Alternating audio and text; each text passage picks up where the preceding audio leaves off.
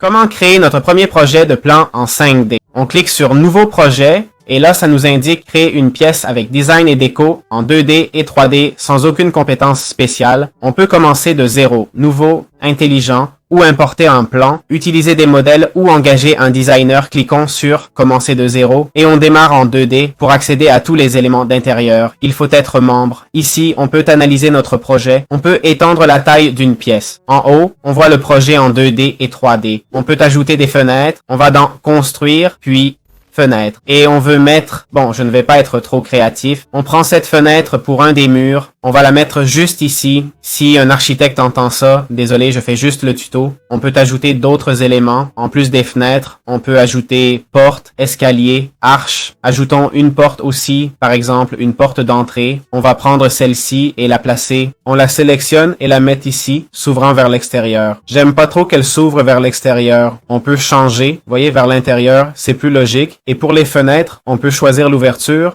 Non, elles ne sont pas. Ah non, celle-ci ne s'ouvre pas. Si j'en prends une qui s'ouvre, je deviens technique là. Bon, non, il n'y a pas.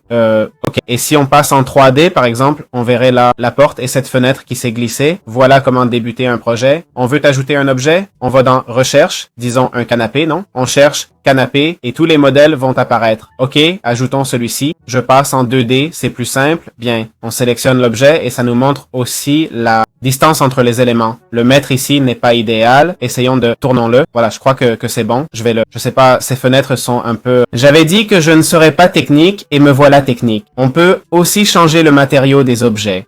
On sélectionne, on clique sur changer le matériau. Au lieu de tissu, on le veut en jaune par exemple. Bon, je répète, ne me jugez pas, s'il vous plaît. Voilà, on a maintenant le canapé. Je vais le mettre ici, peu importe. Si je passe en 3D, je verrai la texture du canapé. Je peux me déplacer avec WSD, avec Shift, je bouge plus vite. Comme tous les outils de design, en fait, voilà, je pense que vous pouvez commencer avec ça.